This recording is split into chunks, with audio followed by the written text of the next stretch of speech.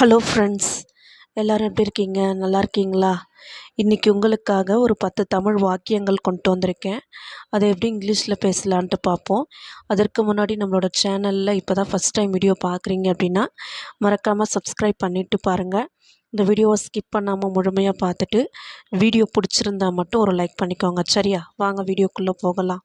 ஒரு நாள் ஒரு வேகமான முயல் தன்னால் எவ்வளவு வேகமாக ஓட முடியும் என்று பெருமையாக பேசினான். அதாவது என்னென்னா, ஒரு நாள் நல்லா வேகமாக ஓடக்கூடிய ஒரு முயல்குட்டி என்ன பண்ணுது அப்படின்னா, தன்னால் எவ்வளோ வேகமாக ஓட முடியும் அப்படின்னு சொல்லிட்டு தன்னையை பற்றி தானே பெருமையாக பேசி கொண்டிருந்தான். யார்கிட்ட அப்படின்னா, ஒரு ஆமைக்கிட்ட, ஒரு டார்டாயிஸ் கிட்ட. ஓகேவா? அது பின்னாடி வரும் கதையில். நம்ம இந்த சென்டென்ஸ்க்கு இதுதான் மீனிங். ஓகே, இதை எப்படி இங்கிலீஷில் சொல்லலாம்னா, ஒன் டே ஒரு நாள், ஸ்பீடி ஹேர் அப்படின்னா என்னென்னா, ஹேர்னால் முயல் குட்டியை தான் சொல்கிறாங்க. ஸ்பீடி அப்படின்னா வேகமாக ஓடக்கூடிய ஒரு முயல்குட்டி. ஹூ பிராக்டு தன்னை தானே பெருமையாக பேசிக்கொள்ளுது. எப்படி, எதை பற்றி பேசுது அப்படின்னா, how fast he could run. அதாவது அவனை பற்றியே அவன் பேசுகிறான். நான் எவ்வளோ வேகமாக ஓடுவேன் தெரியுமா அப்படின்னு சொல்லிட்டு தன்னை தானே பெருமைப்படுத்தி பேசிக்கிறாப்புல. யார்? முயல்குட்டி. அடுத்த சென்டென்ஸு, அவர் பெருமை பேசுவதை கேட்டு அலுத்து போன ஆமை அவரை ஒரு பந்தயத்திற்கு சவால் செய்தது. என்னென்னா, இந்த மாதிரி பெருமையாக பேசிக்கிட்டே இருந்தான். யார்? முயல்குட்டி. யாருக்கிட்ட? ஆமைக்கிட்ட. இதை கேட்டு கேட்டு ஆமைக்கு ரொம்பவே அலுத்து போயிடுச்சுன்னா ரொம்பவே டயர்ட் ஆகிடுச்சுன்னு சொல்லலாம். அதற்காக இப்போ என்ன பண்ணுது அப்படின்னா, சரி வா, நாம் 2 பேருக்கும் ஒரு பந்தயம் வச்சு பார்க்கலாம் அப்படின்னு சொல்லிட்டு ஒரு சவால் விடுது, ஒரு சேலஞ்ச் பண்ணுது. யார்? ஆமை முயல்கிட்ட. ஓகே, இதை எப்படி இங்கிலீஷில் சொல்லலான்ட்டு பார்ப்போம். Tired of hearing him boast BOAST boast. அதாவது டயர்ட் ஆஃப் ஹியரிங், அப்படியே அலுத்து போச்சு இவன் பெருமை பேசுகிறத கேட்டு. ஹிம் போஸ்ட்னா அவன் தன்னைத்தானே பெருமைப்படுத்தி பேசிக்கிறான் இல்லையா, அதை கேட்டு கேட்டு கேட்டு ரொம்பவே அலுத்து போயிடுச்சு, ரொம்ப டயர்ட் ஆகிடுச்சு. Tired of hearing him boast. ஹிம்முங்கிறது யாரை சொல்லுது? இந்த முயல் குட்டியோடைய போஸ்ட்னா தன்னைத்தானே பெருமையாக பேசிக்கிறான். அதை கேட்டு கேட்டு நம்மளுடைய ஆமையாருக்கு அலுத்து போச்சான். இந்த டார்டாய்ஸ் இப்போ என்ன பண்ணுது, ஆமை என்ன பண்ணுது அப்படின்னா, சேலஞ்ச் பண்ணுது. யாருக்கிட்ட? நம்மளுடைய முயல்கிட்ட. டார்டாய்ஸ் சேலஞ்சு ஹிம்முங்கிறது அந்த முயல்குட்டியை தான் குறிக்குது. டு யர் ரேஸ், அதாவது போட்டிக்கு வா அப்படின்னு சொல்லிட்டு நம்ம 2 பேருக்கும் ஒரு ரேஸ் வைப்போம் அப்படின்னு சொல்லிட்டு சேலஞ்ச் பண்ணுது. யார்? நம்மளுடைய ஆமை. யார்கிட்ட? முயல்கிட்ட. அடுத்த சென்டென்ஸு, காட்டில் உள்ள அனைத்து விலங்குகளும் பார்க்க கூடின.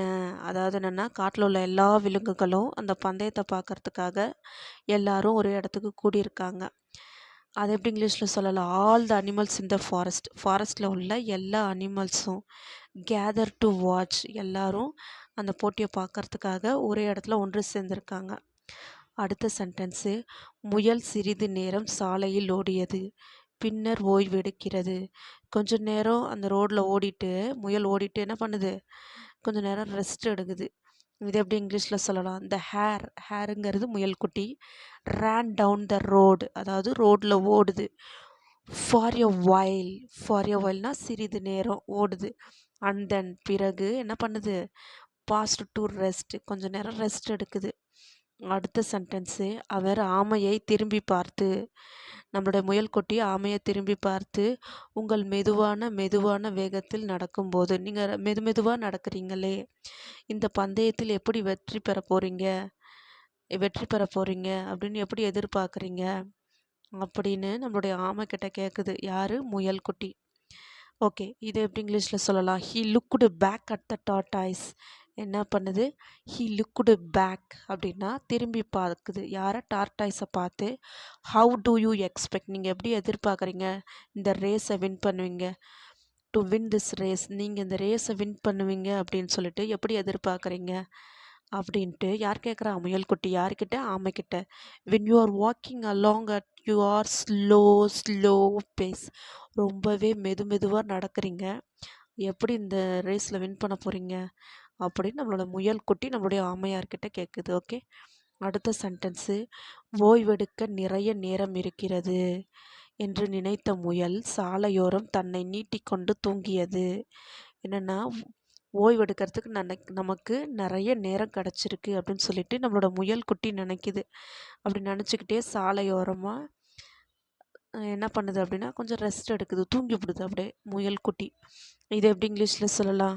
த ஹேர் ஸ்ட்ரெச்சுடு, அதாவது நீட்டி தூங்குது, கால் நீட்டிக்கிட்டு நல்லா தூங்குது. The hare stretched himself out along side the road ஓரமாக, அலாங் சைடு த ஓரம், அலாங் சைடு த ரோடு அப்படின்னா ரோடு ஓரமாக, அண்டு ஃபெல் அஸ்லீப், அதாவது கொஞ்சம் தூங்கிடுது. ஓகேவா? Thinking there is a plenty of time to relax, நம்ம ரெஸ்ட் எடுக்கிறதுக்கு நிறைய டைம் இருக்குது அப்படின்னு சொல்லிட்டு திங்க் பண்ணுது. யார்? புயல் குட்டி. ஸோ அதனால சாலை ஓரத்தில் கொஞ்ச நேரம் கால் நீட்டி தூங்குது. அடுத்த சென்டென்ஸு, ஆமை நடந்து நடந்தே சென்றது, இறுதி கோட்டுக்கு வரும் வரை நிற்கவே இல்லை. ஆமை என்ன பண்ணுது? ரொம்ப ஸ்லோவாக, அதாவது கொஞ்சம் கொஞ்சம் அதை என்ன பண்ணுது அப்படின்னா, நடந்தே கொஞ்சம் கூட இடையில ஆனால் ரெஸ்ட் எடுக்கல நம்மளுடைய ஆமையார். ரெஸ்ட் எடுக்காமல் நடந்தே அதனுடைய அந்த ரேஸோட இறுதி கோடு வரையுமே கொஞ்சம் கூட ரெஸ்ட் எடுக்காமல் நடந்தே வருது. இது எப்படி இங்கிலீஷில் சொல்லலாம்? அந்த டாட்டாய்ஸ் வாக்டு, நடந்துக்கிட்டே இருக்குது, நெவர் எவர் ஸ்டாப்பிங், எங்கேயுமே நிற்கலை. Until he came to the finishing line, இந்த ஃபினிஷிங் லைனை ரீச் பண்ணுற வரையுமே ஆமையார் நடந்து தான் வருது, எங்கேயுமே நிற்கலை. அடுத்த சென்டென்ஸு, பார்த்து கொண்டிருந்த விலங்குகள் ஆமைக்காக மிகவும் சத்தமாக ஆரவாரம் செய்து முயலை எழுப்பின. அதாவது என்னென்னா, இந்த கேமை பார்த்துட்டு இருந்த நம்மளுடைய விலங்குகள் என்ன பண்ணுது அப்படின்னா, நம்மளுடைய ஆமையாருக்கு என்கரேஜ் பண்ணுற விதத்தில் ரொம்ப சத்தம் போட்டு கூச்சலிடுறாங்க. அந்த சத்தத்தை கேட்டு நம்மளோட முயல்குட்டி எழும்பிடுது. இது எப்படி இங்கிலீஷில் சொல்லலாம்? த அனிமல்ஸ் ஹூ வேர் வாட்சிங் சியர்ட் ஸோ லவ்லி, ரொம்ப சத்தம் போட்டு என்கரேஜ் பண்ணுறாங்க ஃபார் டாட்டாய்ஸ்க்காக, ஆமைக்காக.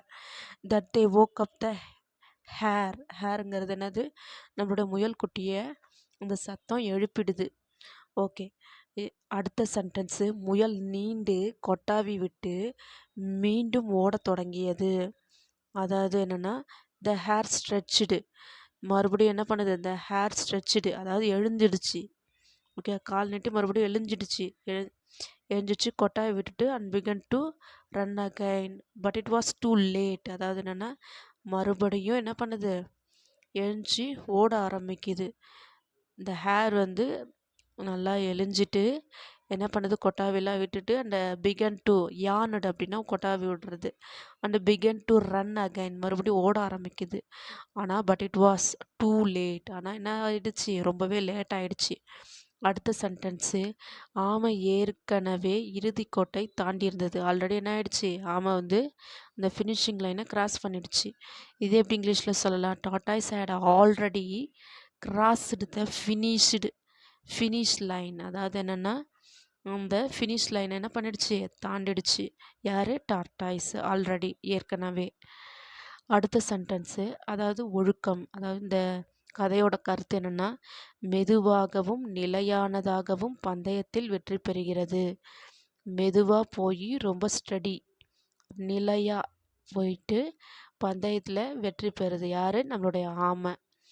ஓகே, இது எப்படி இங்கிலீஷில் சொல்லலாம்? Slow and steady wins the race, அதாவது ரொம்ப பொறுமையாகவும் நிதானமாகவும் என்ன பண்ணுது? இந்த பந்தயத்தை ஜெயிச்சிடுது. யார்?